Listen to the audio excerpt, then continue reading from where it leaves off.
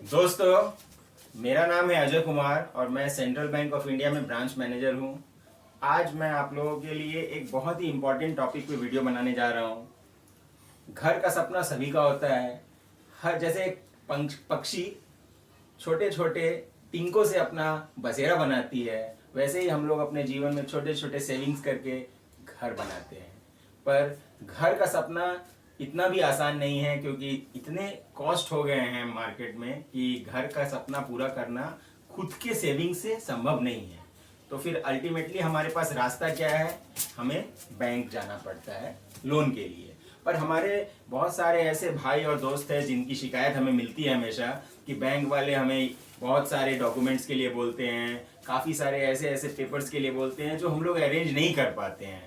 तो आज मैं इन सारी बातों को माइंड में रखते हुए आप लोगों के लिए वीडियो बनाने का मेरा मकसद यही है कि आप लोग बैंक में जब आप जाएं, विजिट करें, उससे पहले आप ये सारे डॉक्यूमेंट्स रेडी कर ले और इस चीज़ का इम्प्लीकेशन को समझें कि ऐसा ये डॉक्यूमेंट्स क्यों बैंक आपसे मांग रही है, क्यों ज़रूरी है, ताकि आप बैंक के साथ इजीली एक सिस्टम, एक इकोसिस्टम में आ जाए जिसके तहत बैंक की हर बात आपको समझ में आए और आप अपनी बातों को बैंक को समझा सके और आपको लोन आसानी से मिल सके। यही मकसद है मेरा। चलिए शुरू करते हैं और देर ना करते हुए शुरू करते हैं हमारा ये वीडियो।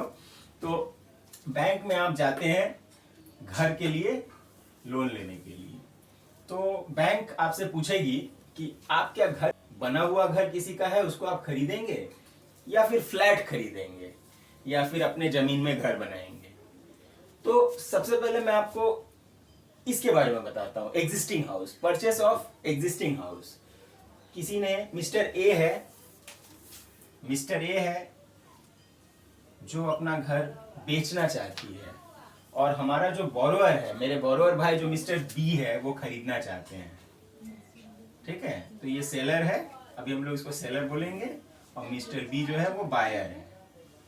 तो अभी मिस्टर ए के पास मिस्टर बी गए और उन्होंने मिस्टर ए से कहा कि भाई साहब, मुझे ये घर खरीदनी है आपकी, और ये घर आप मुझे कितने में दोगे, फिर इसका क्या क्या प्रोसेस है, ये सारी बातें जब अपनी फाइनलाइज हो जाएगी तो मिस्टर बी और मिस्टर ए के बीच में एक एग्रीमेंट बनेगा। भाइयों फ्रेंड्स, सबसे इंपॉर्टेंट है वो एग्रीमेंट जो है वो स्टैम्प्ड होनी चाहिए।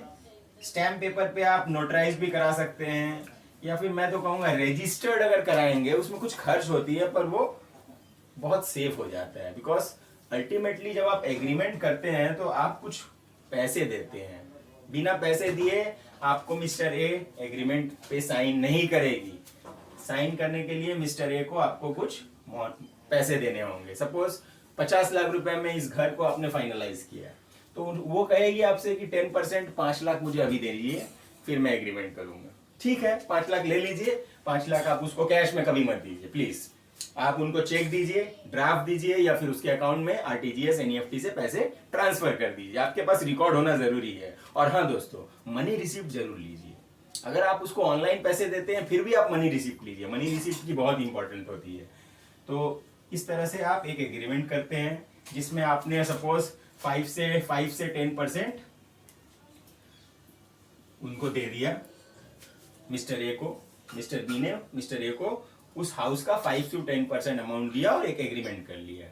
ठीक है, अच्छा, उसके बाद जो डीड है, मिस्टर ए के पास जो डीड है, म्यूटेशन है, मैं एक एक करके आता हूँ। डीड इनके पास जो है उसका एक कॉपी चाहिए। पर इंपॉर्टेंटली जो बैंक का कहना है, जो bank as a bank manager मैं आपसे कहूंगा, ये पार्ट ऑफ हमारा ड्यू डिलीजेंस होता है कि जो डीड इनके पास है ये ओरिजिनल इनके पास होनी चाहिए।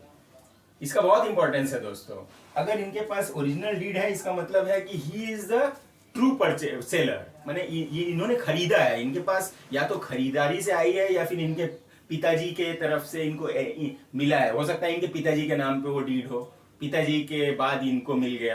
तो जो भी है वो फैमिली में है तो चलेगा, कोई दिक्कत नहीं। पर इनके पास ओरिजिनल डीड होनी बहुत जरूरी है, चाहे वो खुद के नाम पे हो या फादर या फिर ग्रैंडफादर के नाम पे हो है। फिर उसके बाद उनका नाम म्यूटेट किया गया है कि नहीं। देखिए, डाक नंबर, खतियान नंबर देने से हम लोग बांग्ला भूमि में चेक कर सकते हैं कि उस पर्टिकुलर प्रॉपर्टी का किसके नाम पे शो कर रहा है। तो हमेशा याद रखिए दोस्तों कि जिस प्रॉपर्टी पे आपका अगर रिकॉर्ड नहीं है तो उसको बैंक कंसीडर नहीं करती है लोन के लिए। तो बैंक में अगर आपको लोन लेना है तो मिस्टर ए के नाम पे ये प्रॉपर्टी का म्यूटेशन होना कंपलसरी है। और इसे हम लोग पोर्चा भी कहते हैं, और बिहार बंगाल में पोर्चा कहते हैं, और बिहार में दाखिल खारिज कहते हैं। दाखिल मतलब म्यूटेशन और खारिज मतलब सेपरेशन। म्यूटेशन के साथ सेपरेशन भी होता है दोस्तों। अच्छा, उसके बाद है, अगर आप मान लीजिए कि सिटी में है तो म्यूनिसिपैलिटी टैक्स आपको अप टू डेट उसका रिसिप्ट लेना है, original. You have to see the original. Xerox तो आप लेंगे उनसे, पर देखना है ये सारी ओरिजिनल। BLLRO टैक्स रिसिप्ट जो कि खाजना टैक्स कहलाता है, ये भी आपको उनसे एक कॉपी लेना है। और उसके अलावा बिल्डिंग प्लान की एक कॉपी उनसे लेनी है जो कि अप्रूव्ड होनी चाहिए म्युनिसिपैलिटी या फिर जीपी से। अगर वो सिटी में है तो म्युनिसिपैलिटी से, और अगर वो ग्राम में रहते हैं, रूरल में रहते हैं, तो ग्राम पंचायत से। तो दोस्तों ये सारी डॉक्यूमेंट्स लेकर आप बैंक के किसी भी बैंक के अधिकारी या फिर मैनेजर से संपर्क करेंगे। तो मेरा ऐसा मानना है, क्योंकि मैं खुद भी एक बैंक में कार्यरत हूं और ब्रांच मैनेजर के रूप में काम करता हूं और मैं इसी काम में डील करता हूं, तो मैं आपको आश्वासन दे सकता हूं कि ये सारे पेपर्स अगर आपके ओके हैं, सारे कुछ अप टू डेट है, तो आप 15 से 20 दिन के अंदर आप अपने नए घर में शिफ्ट कर सकते हैं।